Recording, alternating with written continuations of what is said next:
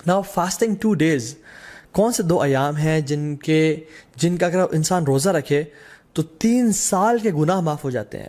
Yes you heard me right, 3 سال کے گناہ معاف ہو سکتے ہیں اگر ہم 2 دن کا روزہ رکھیں.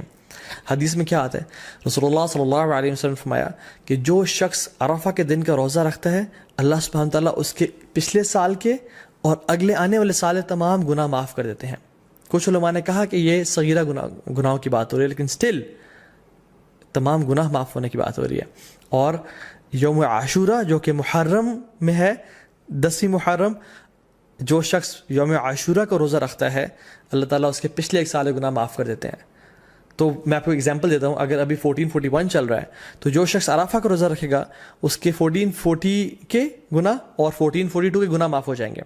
اور جو شخص بالکل اگلے مہینے محرم کے مہینے یوم عاشورہ کا روزہ رکھے گا ود 9th ایز ویل, تو اس کے 1441 کے بھی گناہ معاف ہو جائیں گے.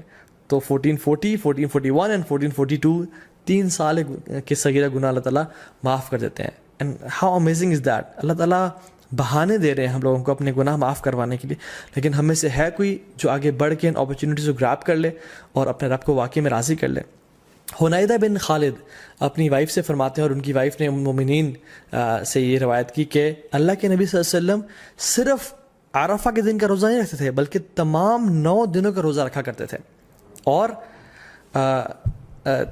ان 9 دنوں کے علاوہ یوم عاشورہ کا دن جو کہ محرم میں ہے, 3 days آف ایچ منتھ جو کہ ایام البیض بولتے ہیں, which is the white days. Why? Because 13, 14, 15 کے یہ ایام ہے جس میں جو سن ہے جو مون ہے وہ اپنے فل اپنے پینیکل پہ ہوتا ہے, اٹ از وائٹ, اور راتیں بھی روشنی کی طرح ہوتی ہیں. So it is the white days which ایام بیض. ان کے روزہ رکھا کرتے تھے, اور منڈیز اور تھرسڈے کے روزہ رکھا کرتے تھے. سو آئی ریپیٹ, اللہ کے نبی صلی اللہ علیہ وسلم فرسٹ 9 days آف ذو الحجہ, عاشورہ, and the 3 days of each month which is ایام بیض 13th, 14th, 15th of every month, اور منڈیز اور تھرسڈیز کا روزہ رکھا کرتے ہیں. کیونکہ اللہ کے نبی صلی اللہ علیہ وسلم نے فرمایا کہ منڈیز کو اور تھرسڈیز کو اعمال اللہ تعالیٰ کے پاس کے سامنے پیش کیے جاتے ہیں. تو میں چاہتا ہوں کہ میرے اعمال اس حالت میں پیش کیے جائیں کہ میں روزے کی حالت میں ہوں. اور پھر ایک اور بات میں آتا ہے کہ منڈے کو رسول اللہ صلی اللہ علیہ وسلم کی ولادت ہوئی تھی, پیدائش ہوئی تھی, تو وہ اس خوشی میں بھی روزہ رکھتے تھے. حضرت عائشہ فرماتی ہے کہ ایک اور حدیث میں آتا ہے کہ اللہ کے نبی صلی اللہ علیہ وسلم پہلے 9 دن کا روزہ نہیں رکھا کرتے تھے. Now the scholars reconcile between these 2 hadiths کہ کبھی کچھ سال رکھ لیا کرتے تھے اور کچھ سال چھوڑ دیا کرتے تھے. تو ہمارے لیے یہ ہے کہ ہم چاہیں تو رکھ سکتے ہیں. جو شخص آگے بڑھنا چاہتا ہے وہ ان دنوں میں روزے رکھے جا سکتے ہیں, کیونکہ رسول اللہ صلی اللہ علیہ وسلم کی پیاری سنت سے یہ روزے ثابت ہیں. یوم العرفہ کیوں اتنا امپورٹنٹ ہے؟ اللہ تعالیٰ یوم العرفہ کے بارے میں فرماتے ہیں سورہ بروج میں, وَشَاهِدٍ وَمَشْهُودٍ, and by the witnessing day and the witnessed day. تو جو وٹنسڈ ڈے ہے نا یوم العرفہ, مشہود, یہ یوم العرفہ کے بارے میں اللہ تعالیٰ فرما رہے ہیں. کیونکہ رسول اللہ صلی اللہ علیہ وسلم کی حدیث میں آتا ہے کہ شاہد فرائیڈے کا دن ہے, وہ مشہود یہ کون سا دن ہے؟ یوم العرفہ کا دن ہے. اللہ سبحانہ تعالیٰ اس دن جہنم سے اتنے زیادہ لوگ آزاد کرتے ہیں کہ کسی اور دن جہنم سے لوگ آزاد نہیں کرتے. He frees many people from the fire.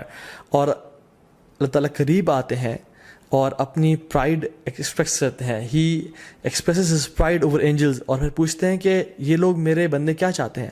اور کچھ اور روایت میں بھی آتا ہے کہ یہ جو میرے بندے ہیں, یہ جو ڈسیبلڈ اور یہ مٹی سے آلودہ ہوئے ہوئے بندے ہیں, عاجزی اور ان کی ساری کی نشانی ہے ان کی, یہ کیا چاہتے ہیں مجھ سے. اور اللہ تعالیٰ ان پہ فخر کرتے ہیں اور اپنے بندوں کو جہنم کی آگ سے آزاد کرتے ہیں.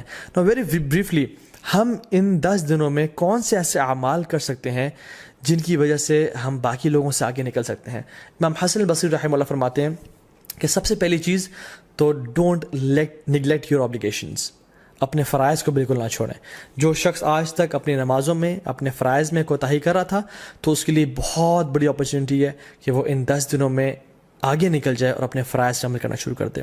دوسری چیز جو ہم کر سکتے ہیں, which is the first thing I کوٹ, کہ حج. جو شخص حج کی استطاعت رکھتا ہے اس کے لیے بہت بڑی اپرچونیٹی ہے, کیونکہ حج باقی سال کے مہینوں میں نہیں کیا جا سکتا. اللہ کے نے فرمایا این ایکسیپٹیڈ حج برنگز نو لیس ریوارڈ دین پیراڈائز. اللہ اکبر.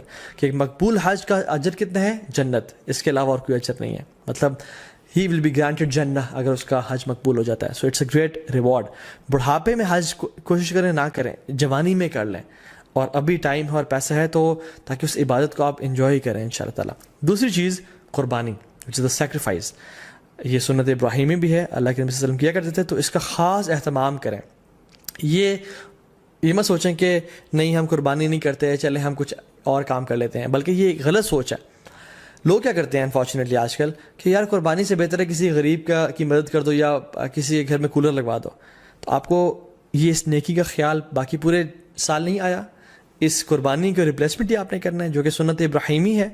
اگر ایک انسان واقعی میں سنسیئر ہے اپنے ساتھ تو وہ ہر مہینے صرف 1000 روپیز سیو کرے اپنے لیے, تو وہ سال کے اینڈ میں ان ایام میں ایک حصہ ڈال سکتا ہے, قربانی کر سکتا ہے. ہمیں تب تو خیال نہیں آتا غریب کے گھر میں کولر لگوانے کا یا لوگوں کی خدمت کرنے کا جب ہم ریسٹورینٹس میں 5-5 ہزار کی یا لیوش بفیز کھا رہے ہوتے ہیں. لیکن why do we want to replace qurbani with any good deed? دونوں کریں انشاءاللہ. اور باقی 11 مہینوں میں یہ اپرچونٹی بھی ہے کہ ہم غریبوں کی مدد کر سکیں. سو قربانی لازمی کریں اور اسے خاص اہتمام کریں. ایک اور چیز جو ہم کر سکتے ہیں وہ ہے نمازیں, نوافل کثرت کے ساتھ پڑھیں. سنن روابط جو کہ 12 نفل ہیں جن کے بارے میں فرمایا الکمی نے کہ جو شخص یہ پڑھتا ہے اللہ تعالیٰ جنت میں اس کا گھر تعمیر کر دیتے ہیں, جس کے بارے میں کثرت سے بتا چکا ہوں پہلے بھی. تو اس کے اہتمام کریں, صلاۃ الضحیٰ کا اہتمام کریں, تہجد کی نماز کا اہتمام کریں, ٹھیک ہے. تو تحیۃ المسجد, تحیۃ الوضو کا اہتمام کریں. تو کثرت سے نوافل کا اہتمام کریں انشاءاللہ. چوتھی چیز, قرآن کو پڑھیں اور تدبر کریں, کیونکہ سلف صالحین کہا کرتے تھے کہ there is no deed better than reading Quran and pondering upon it.